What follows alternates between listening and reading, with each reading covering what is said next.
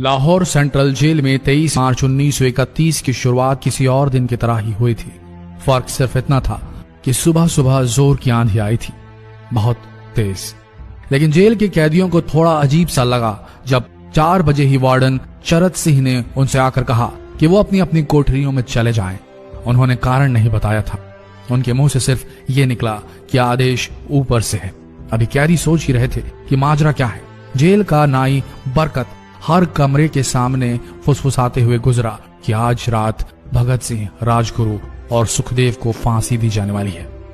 उस क्षण की निश्चिंता ने उनको झकझोर कर रख दिया। कैदियों ने बरकत से मनुहार की कि वो फांसी के बाद भगत सिंह की कोई भी चीज जैसे पेन, कंघा या घड़ी उन्हें ला कर दें ताकि वो अपने पोते पोतियों को बता सकें कि कभी वो भी भगत सिंह के साथ जेल में बंद थे। बरकत भगत सिंह की कोठरी में गया और वहां से उनका पेन और कंघा ले आया। सारे कैदियों में होड़ लग गई कि किसका उस पर अधिकार हो। आखिर में ड्रॉ निकाला गया, लाहौर कॉन्स्पिरेसी केस। अब सब कैदी चुप हो चले थे। उनकी निगाहें उनकी कोठरी से गुजरने वाले रास्ते पर लगी हुई थी। भगत सिंह उनके साथ फांसी पर लटकाए जाने के लिए उसी रास्ते से गुजरने वाले थे। एक बार पहले जब भगत सिंह उसी रास्ते से ले जाए जा रहे थे तो पंजाब कांग्रेस के नेता भीमसेन सच्चर ने आवाज ऊंची कर उनसे पूछा था, आप और आपके साथियों ने लाहौर कॉन्स्पिरेसी केस में अपना बचाव क्यों नहीं किया? भगत सिंह का जवाब था, इनकलाबियों को मरना ही होता है क्योंकि उनके मरने से ही उनका अभियान मजबूत होता है, अदालत में अपील से नहीं। वार्डन चरत सिंह भगत सिंह के खैर ख्वाह थे और अपनी तरफ से जो कुछ बन पड़ता था उनके लिए किया करते थे। उनकी वजह से ही लाहौर की द्वारकादास लाइब्रेरी से भगत सिंह के लिए किताबें निकलकर जेल के अंदर आ पाती थी। भगत सिंह की जेल की जिंदगी काफी कठिन थी। किताबें पढ़ने का शौक हो चला था उन्हें कि एक बार उन्होंने अपने स्कूल के साथी जयदेव कपूर को लिखा था कि वो उनके लिए कार्ल लिब्नेख्त की मिलिटरिज्म, लेनिन की लेफ्ट विंग कम्युनिज्म और ऑप्टन सिंक्लेयर का उपन्यास द स्पाई कुलबीर के जरिए भिजवाएं। भगत सिंह जेल की कठिन जिंदगी के आदी हो चले थे। उनकी कोठरी नंबर 14 का फर्श पक्का नहीं था, उस पर घास उगी हुई थी। कोठरी में बस इतनी ही जगह थी कि उनका 5 फुट 10 इंच का शरीर बमुश्किल उसमें लेट पाए।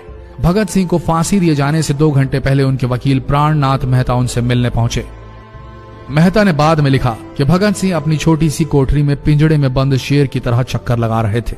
इनकलाब जिंदाबाद। उन्होंने मुस्कुराकर मेहता को स्वागत किया और पूछा कि आप मेरी किताब रिवोल्यूशनरी लेनिन लाए या नहीं। जब मेहता ने उन्हें किताब दी तो वे उसे उसी समय पढ़ने लगे मानो उनके पास अब ज्यादा समय न बचा। मेहता ने उनसे पूछा कि क्या आप देश को कोई संदेश देना चाहेंगे। भगत सिंह ने किताब से अपना मुंह हटाए बगैर कहा, सिर्फ 2 संदेश, साम्राज्यवाद मुर्दाबाद और इनकलाब जिंदाबाद। इसके बाद भगत सिंह ने मेहता से कहा कि वो पंडित नेहरू और सुभाष चंद्र बोस को मेरा धन्यवाद पहुंचा दे जिन्होंने मेरे केस में गहरी रुचि ली थी। भगत सिंह से मिलने के बाद मेहता राजगुरु से मिलने उनकी कोठरी पहुंचे। राजगुरु के अंतिम शब्द थे, हम लोग जल्द मिलेंगे। सुखदेव ने मेहता को याद दिलाया कि वो उनकी मौत के बाद जेलर से वो कैरम बोर्ड ले लें जो उन्होंने उन्हें कुछ महीने पहले दिया था। मेहता के जाने के थोड़ी देर बाद जेल अधिकारियों ने तीनों क्रांतिकारियों को बता दिया कि उनको वक्त से 12 घंटे पहले ही फांसी दी जा रही है। अगले दिन सुबह 6 बजे की बजाय उन्हें उसी शाम 7 बजे फांसी पर चढ़ा दिया जाएगा। भगत सिंह मेहता द्वारा दी गई किताब के कुछ पन्ने ही पढ़ पाए थे। उनके मुंह से निकला, क्या आप मुझे इस किताब का एक अध्याय भी खत्म करने नहीं देंगे? भगत सिंह ने जेल के मुस्लिम सफाई कर्मचारी बेबे से अनुरोध किया कि वो उनके लिए उनको फांसी दिए जाने से 1 दिन पहले शाम को अपने घर से खाना जरूर लाएं। लेकिन बेबे भगत सिंह की इच्छा पूरी नहीं कर सके क्योंकि भगत सिंह को 12 घंटे पहले फांसी देने का फैसला ले लिया गया और बेबे जेल के गेट के अंदर ही नहीं घुस पाए। थोड़ी देर बाद तीनों क्रांतिकारियों को फांसी की तैयारी के लिए उनकी कोठरियों से बाहर निकाला गया।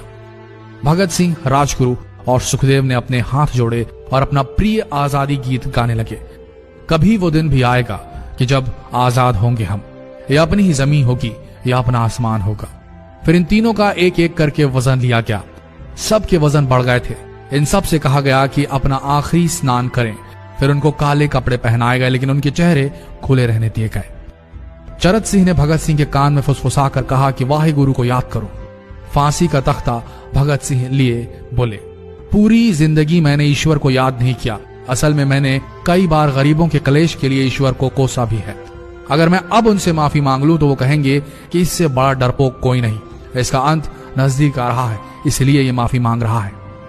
जैसे ही जेल की घड़ी ने 6 बजाया, कैदियों ने दूर से आती कुछ पद चांपें सुनी। उनके साथ भारी बूटों के जमीन पर पड़ने की आवाजें भी आ रही थी। साथ में एक गाने का भी दबा स्वर सुनाई दे रहा था।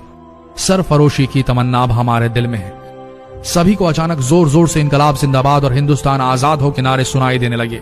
फांसी का तख्ता पुराना था, लेकिन फांसी देने वाला काफी तंदुरुस्त। फांसी देने के लिए मसीह जल्लाद को लाहौर के पास शाहदरा से बुलवाया गया था। भगत सिंह इन तीनों के बीच में खड़े थे।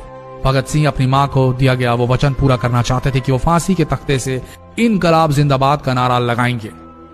लाहौर जिला कांग्रेस के सचिव पिंडी दास सोंधी का घर लाहौर सेंट्रल जेल से बिल्कुल लगा हुआ था। भगत सिंह ने इतनी जोर से इनकलाब जिंदाबाद का नारा लगाया कि उनकी आवाज सोंधी के घर तक सुनाई दी। उनकी आवाज सुनते ही जेल के दूसरे कैदी भी नारे लगाने लगे।